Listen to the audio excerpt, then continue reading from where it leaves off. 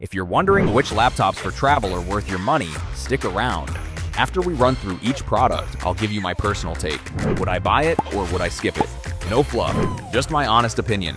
Let's get into it. Lenovo ThinkPad X9 14 Aura Edition. This thing is essentially the love child of a rugged briefcase and a fancy OLED television, giving you 15 hours of battery life so you can ignore your flight's broken power outlet in peace. It's light enough at 2.74 pounds to forget it's in your bag, but they killed the iconic red trackpoint nub, which is a total betrayal to anyone who enjoys poking their laptop like a Pillsbury Doughboy. Would I buy it?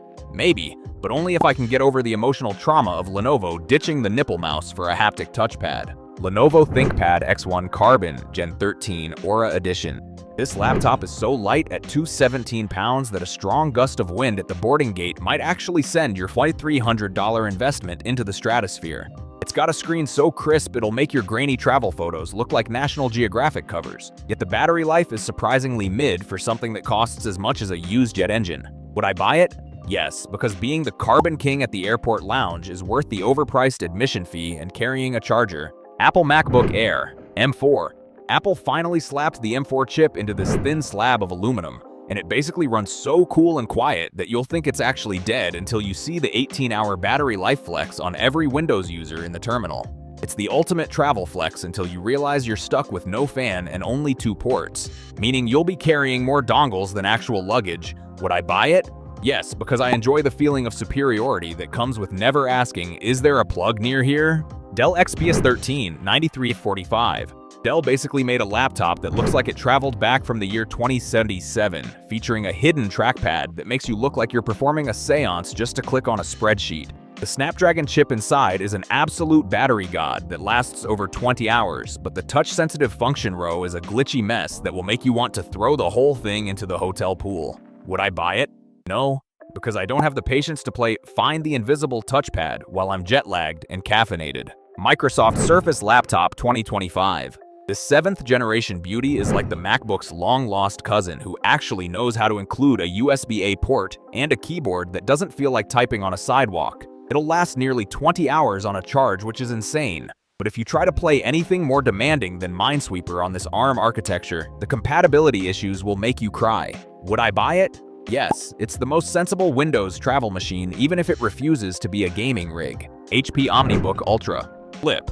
This little 2-in-1 has a gorgeous OLED screen and a battery that actually lasts a full flight. But the weird diagonal USB-C ports make me feel like the engineers were drunk on the job. It is definitely more of a stylish flip phone of laptops than a raw power monster. But the hinge is solid enough to survive a bumpy takeoff without snapping like a twig. Would I buy it? Maybe, because while the build is sleek and portable, I really don't want to carry a dongle just to fix HP's creative port placement. HP OmniBook 5 14. This thing is lighter than my morning coffee and packs a Snapdragon chip that keeps it alive for over 20 hours, which is perfect for when you forget your charger at the airport lounge. Sadly, the build quality feels like a fancy plastic lunchbox and the keyboard isn't backlit, so good luck typing that email in a dark cabin. Would I buy it? Yes. For under $900, it is a battery king for budget travelers who don't mind a slightly cheap-feeling chassis. Lenovo ThinkPad T14s Gen 6. This is the ultimate I'm working, leave me alone travel buddy with a world-class keyboard and a Snapdragon processor that treats battery life like it is a competitive sport. The screen is about as dull as a safety briefing and some apps still refuse to run on ARM, but at least the fan is so quiet you won't annoy the passenger next to you. Would I buy it? Yes, because having a reliable tank that lasts 20+ hours is worth the occasional software glitch and the boring design. Samsung Galaxy Book 5 Pro 360. This 16-inch giant is surprisingly thin and has a 360-degree hinge that is a lifesaver in cramped economy seats when you need to flip it into tent mode just to see the screen. It is basically a massive phone with a keyboard and an included S Pen, but the off-center trackpad and the $1,700 price tag will make your wallet cry harder than a toddler in row 12. Would I buy it? Maybe, but only if you are already deep in the Samsung ecosystem and need that massive AMOLED display for movie marathons during a layover. Asus ZenBook S14 UX5406. This laptop is made of ceraluminum, which sounds like a breakfast cereal but actually keeps it incredibly light at 2.6 pounds, while delivering a staggering 21 hours of juice. The keyboard has less travel than a broken elevator and it gets a bit sluggish when you aren't plugged in, but that OLED display and the lack of dongle dependency make it a top-tier traveler. Would I buy it? Yes, it is the most well-rounded ultralight on the list that looks expensive and actually behaves itself on long trips. Lenovo ThinkPad X13 Gen 6. This magnesium alloy tank is so light at 0.22 kilograms that you might forget it is in your bag and accidentally report it stolen. But the fan starts screaming like a banshee if you try to do anything more intense than opening a spreadsheet. It packs a 13.3-inch screen and a classic clicky keyboard that is spill-resistant, which is perfect since you are definitely going to knock over your overpriced airport latte while typing in Coach. Would I buy it? Maybe, but only if my job involves heavy travel and I want a laptop that survives a drop better than my dignity does after a long-haul flight. Asus ProArt PX13. This tiny beast features a 13.3-inch 3000-pixel OLED touchscreen that looks so good it makes reality feel like a low-resolution fever dream, though the battery life is pretty tragic compared to the ARM-based competition. It fits a dedicated NVIDIA GeForce RTX 4050 into a 3-pound body, meaning you can actually edit 4K video while waiting for your delayed flight, provided you are sitting next to a power outlet because those fans will chew through your battery in record time. Would I buy it? Yes, because having this much editing power in a 13-inch chassis that flips 360 degrees is basically a cheat code for travel vloggers. Asus ROG Zephyrus G14 2025. This absolute unit lets you play AAA games at high frame rates while 35,000 feet in the air, but the bottom gets so hot it could double as a portable stove for your airplane meals. It weighs about 1.5 kilograms and has a stunning display, yet it only survives about 2.5 hours of movie playback, so you better hope your flight is shorter than a Pixar movie. Would I buy it? No, because I prefer my thighs medium rare rather than well done, and carrying a massive charger just to finish a movie is a vibe I am not ready for.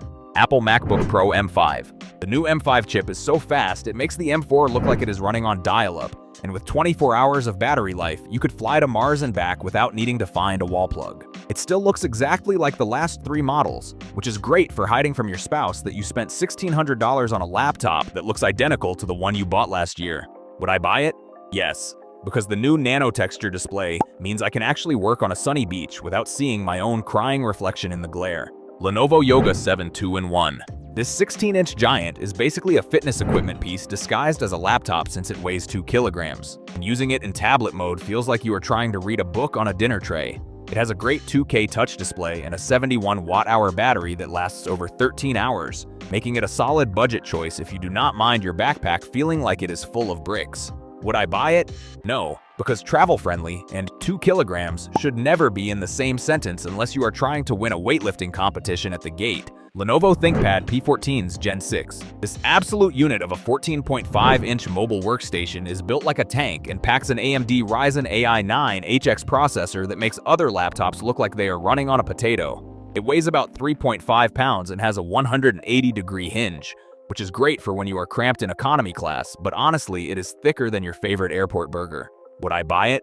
Yes, because it is the most powerful 14-inch ThinkPad ever made and could survive a drop better than my dignity after a long flight. Lenovo ThinkPad E16 Gen 3. If you want a screen so big it practically needs its own passport, this 16-inch beast offers a beautiful 120Hz display for a price that won't make your wallet cry. While the keyboard is legendary, this thing is heavier than a suitcase full of souvenirs, and the battery life is just okay, so don't expect to work through a transatlantic flight without a plug. Would I buy it? Maybe, but only if I am working from a hotel desk and not trying to balance this giant slab on a tiny tray table. HP EliteBook X G1A. This laptop is basically the main character of business travel with a stunning 3.2K OLED screen and a webcam so sharp it will expose every pore on your face during those 6 a.m. Zoom calls. It has got more Thunderbolt 4 ports than I have friends, but the battery life is surprisingly mid for something this expensive, and it gets a bit boomy when you crank the volume. Would I buy it? Yes, because the typing experience is pure bliss, and it looks way more expensive than it actually is at the airport lounge. Dell XPS 14 DA4260. This laptop is so sleek and futuristic with its invisible haptic touchpad and zero-lattice keyboard that you will feel like you are using tech stolen from an alien spaceship. It is remarkably sturdy for frequent flyers, but Dell decided to kill off the USB-A and HDMI ports, so get ready to carry enough dongles to start your own electronics store. Would I buy it? No, because while that 120Hz OLED display is gorgeous, I am not ready to live that capacitive touch row life, where I accidentally hit the escape key every 5 seconds. Thanks for watching. I hope this video helped you pick the laptops for travel for you. If you have any questions, drop a comment below. Links to all of these products mentioned in this video will be in the description.